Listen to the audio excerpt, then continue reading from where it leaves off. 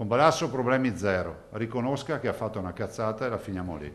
Non è il primo terreno di scontro tra il governatore del Veneto Luca Zaia e il comico rodigino Natalino Balasso, ma di certo questo è uno dei più duri. Il 18 giugno in tribunale a Venezia è stata fissata la prima udienza. Il comico, querelato dalla regione, dovrà rispondere di diffamazione per aver rilanciato sulla sua pagina Facebook il post di Marco Forieri, sassofonista dei Pittura Fresca, che dice esattamente questo. Io me lo ricordo Zaia, PR all'Odissea di Spresiano, una discoteca perché non sapesse. Dopo un concerto dei Pittura Fresca è entrato in camerino domandandoci se volevamo delle troie per il post concerto. Ora è il nostro governatore.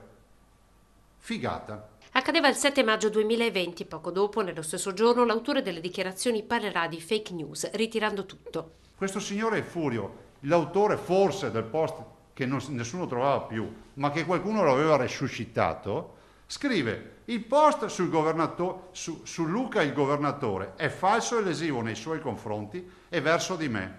Diffido dal condividerlo, è un fake news, non siate sciocchi.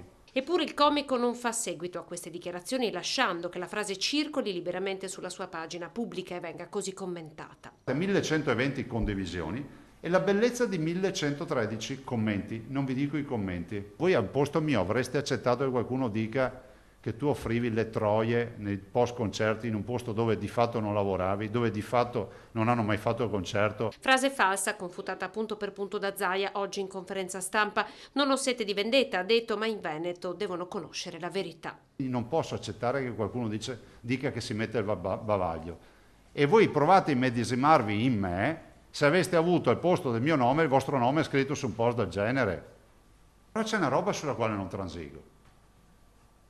Cioè, sulla mia reputazione, perché la reputazione è l'unico valore che noi abbiamo, e sul fatto che i veneti devono sapere che il loro governatore deve avere una reputazione impeccabile. Spero, conclude, di risolvere la cosa fuori dal tribunale, un fardello pesante nell'aria da giorni, proprio mentre si giocano le fasi decisive della campagna vaccinale.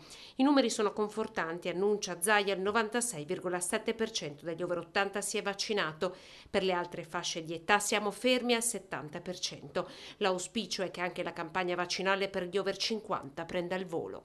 Tutti si chiederanno, è Luca o Safaro? Io mi vaccino mercoledì, mi sono prenotato